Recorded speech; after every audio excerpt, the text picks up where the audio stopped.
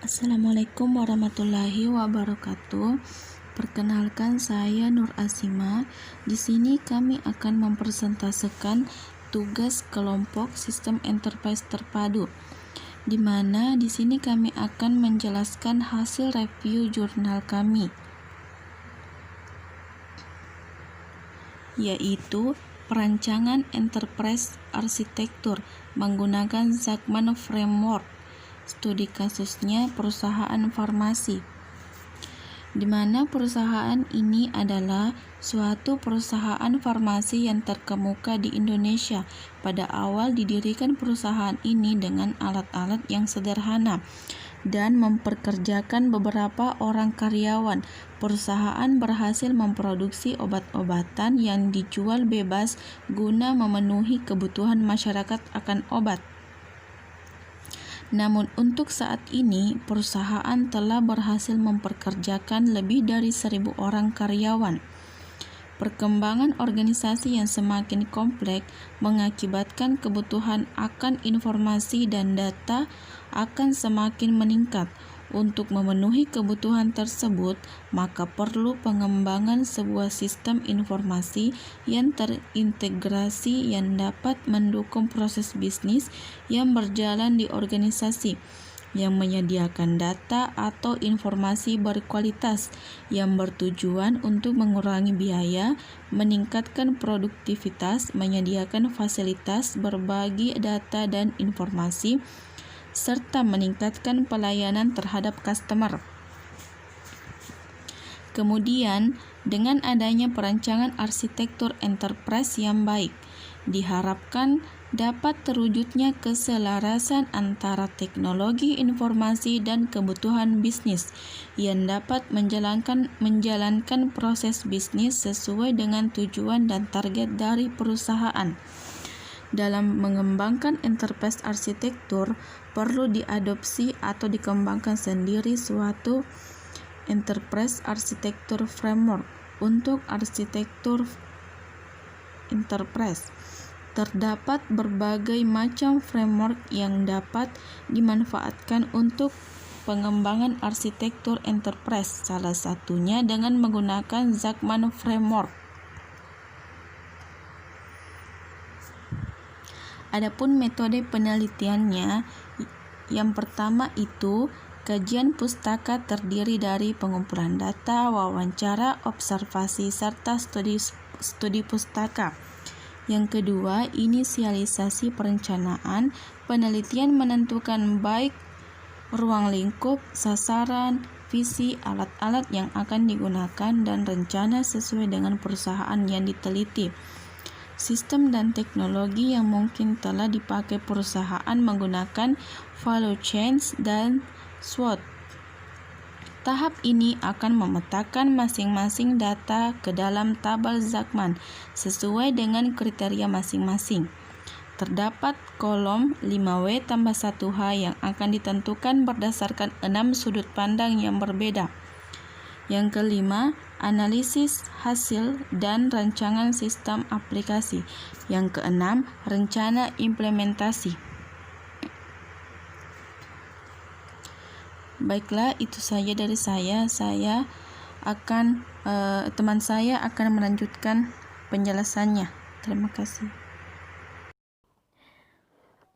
Baiklah, selanjutnya kita masuk pada bagian pembahasan. Kondisi saat ini, perusahaan farmasi dilakukan analisis dengan menggunakan value chain dari reporter. Gambarnya bisa kalian lihat di bawah ini. Selanjutnya itu kita masuk pada yang pertama, value chain yang memiliki aktivitas pendukung dan aktivitas utama. Yang pertama yaitu aktivitas pendukung. Bagian A, firm infrastruktur. B, human resource management. C, teknologi development. D, procurement. Yang kedua, aktivitas utama. Bagian A, inbound logistik. B, operation. C, outbound logistik. D, marketing and sales. Dan yang terakhir yaitu service. Selanjutnya yaitu 2. Analisis SWOT, Strength, Weakness, Opportunity, dan Threat. SWOT perusahaan membahas kelemahan serta kelebihan perusahaan baik dari internal maupun eksternal. Adapun tabel SWOT perusahaan dapat kita lihat di bawah ini. Yang pertama yaitu Strength. Anak perusahaan dari PT TBK yang terkemuka di Indonesia, mempunyai nama yang sudah terkenal, memiliki cabang perusahaan. Yang kedua yaitu Weakness. Perusahaan merupakan subjek pajak tersendiri. Perusahaan memerlukan akte notaris dan izin khusus untuk usaha. Biaya pembentukannya relatif tinggi. Yang ketiga yaitu Opportunity. Terbukanya peluang ekspor, obat-obat dibutuhkan banyak masyarakat, terdapat teknologi yang dapat membantu proses bisnis. Yang terakhir yaitu Threat. Adanya kompetisi internal yang cukup keras, adanya krisis ekonomi sehingga membuat daya beli obat rakyat Indonesia menurun. Selanjutnya yaitu kandidat aplikasi saat ini. Dari 6 aplikasi yang mendukung proses bisnis, yang akan dibahas pada paper ini adalah aplikasi pembelian bahan baku. Tabelnya dapat kita lihat di bawah ini. Kandidat aplikasi. Yang pertama, website lamar kerja. Yang kedua, aplikasi absensi. Yang ketiga, website tes online. Yang keempat, aplikasi e-commerce. Yang kelima, aplikasi tracking. Dan yang terakhir yaitu aplikasi pembelian bahan baku. Mungkin itu saja yang dapat saya jelaskan. Penjelasan selanjutnya akan dilanjutkan oleh rekan saya.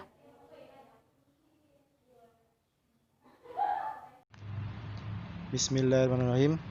Baiklah, saya Kelvin dengan NIM 171230557 akan melanjutkan presentasi dari saudari Ripka.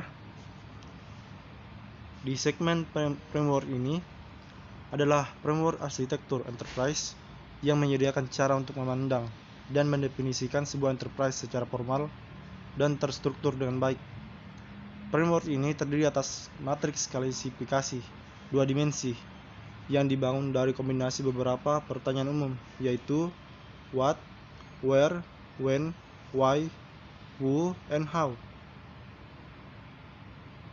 Dengan menggunakan framework segmen, target perusahaan dapat terrealisasikan dengan baik dan benar.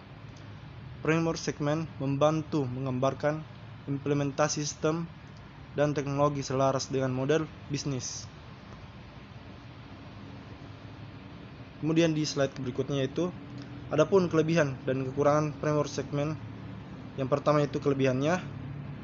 Poin ke-1, segmen framework sudah diakui secara de facto sebagai salah satu standar untuk mengklasifikasikan artefak arsitektur enterprise. Kedua, struktur logika untuk analisis dan presentasi artefak dari suatu perspektif manajemen. Ketiga, gambaran secara paralel yang baik dari sisi engineering yang sudah sangat dimengerti maupun paradigma konstruksi. 4. Dikenal secara luas sebagai manajemen tools untuk memeriksa kelengkapan arsitektur dan maturity level. Kekurangan. Nah, di kekurangan ini ada 2 poin. Yang poin pertama yaitu tidak ada proses dalam tahap implementasi sehingga sulit dalam melakukan proses pengimplementasian. Kedua, tidak ada contoh maupun checklist yang siap secara utuh. Di pemetaan dengan segmen framework ini, poin pertama, kolom what bagian ini akan menjelaskan tentang data yang berasal dari sudut pandang planner, owner, designer. Kedua, kolom how bagian ini akan menjelaskan tentang segala proses yang berhubungan dengan aplikasi pembelian bahan baku. Pembahasan ini akan dilihat dari 6 sudut pandang yang berbeda, yaitu planner, owner, designer, builder. Ketiga, Kolom where bagian ini akan membahas tentang lokasi bisnis utama, tempat sistem informasi berada beserta infrastruktur dan konfigurasinya. Pembahasan ini akan diklasifikasikan menjadi 6 sudut pandang function enterprise. Kolom ini akan membahas tentang sumber daya manusia yang berperan penting dalam proses aktivitas yang terdapat dalam aplikasi pembelian bahan baku yang dibuat. Berdasarkan 6 sudut pandang yang berbeda, yaitu planner, owner, designer, detailed representation, dan function enterprise. Kolom ini akan menjabarkan tentang tujuan, motivasi, dan inisiatif serta batasan-batasan yang ditetapkan berkaitan dengan sistem informasi yang akan dibangun.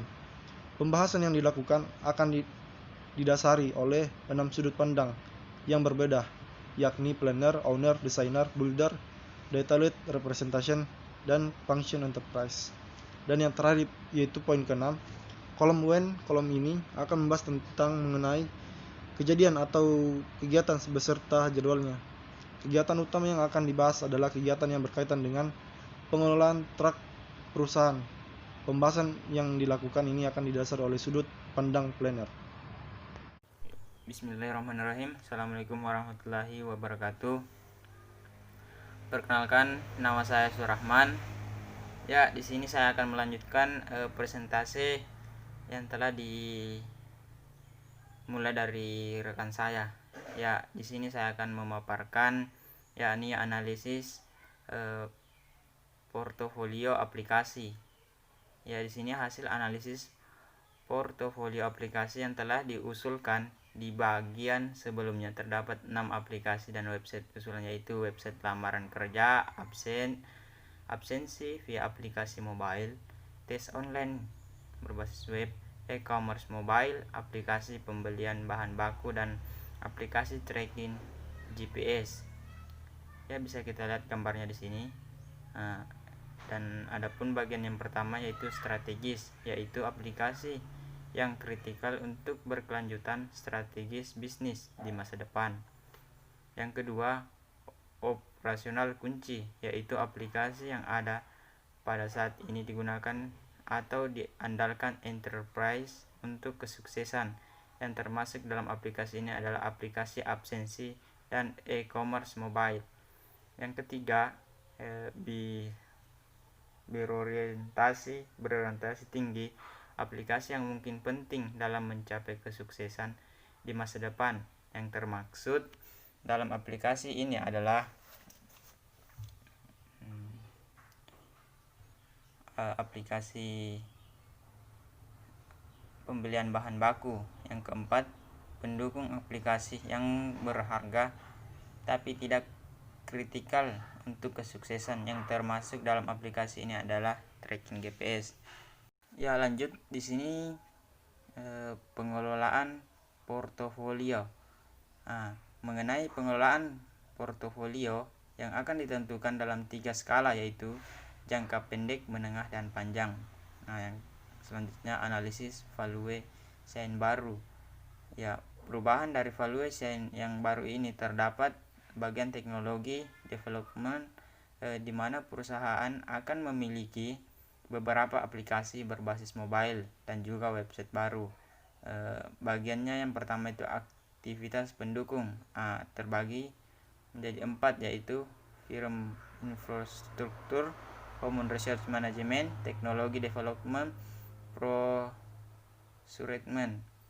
Dan yang bagian kedua terbagi menjadi 5 bagian, yaitu yang pertama aktivitas utama, bagian-bagiannya inbound logistik, operator, yang ketiga outbound logistik, yang keempat marketing and sales, yang kelima itu service.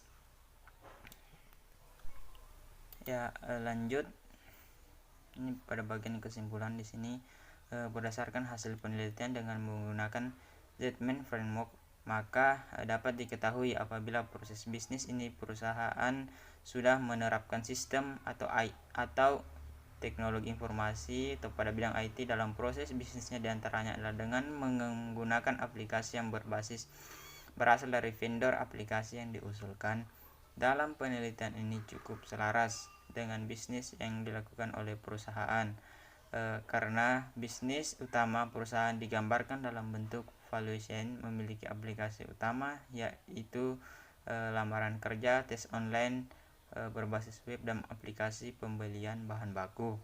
Aplikasi pendukungnya yaitu aplikasi e-business, e-commerce mobile, dan aplikasi tracking GPS. Selain itu, beberapa aplikasi ini juga telah mendukung jalannya proses bisnis lebih baik. Adapun saran untuk pengembangan lebih lanjut dapat menerapkan sistem IT secara keseluruhan yang berhubungan dengan proses bisnis perusahaan. Diharapkan perusahaan menggunakan aplikasi dari pihak internal sendiri untuk mempermudah proses maintenance dan meminimalisir budget untuk eksternal atau vendor. Pelaksanaan training yang berhubungan dengan sarana sistem IT sehingga pekerja non IT tidak merasa terkejut atau melakukan kesalahan saat bekerja dengan menggunakan sistem IT nantinya. Ya, itu saja dari saya. Kurang lebihnya mohon dimaafkan. Wabillahi taufiq wal hidayah. Wassalamualaikum warahmatullahi wabarakatuh.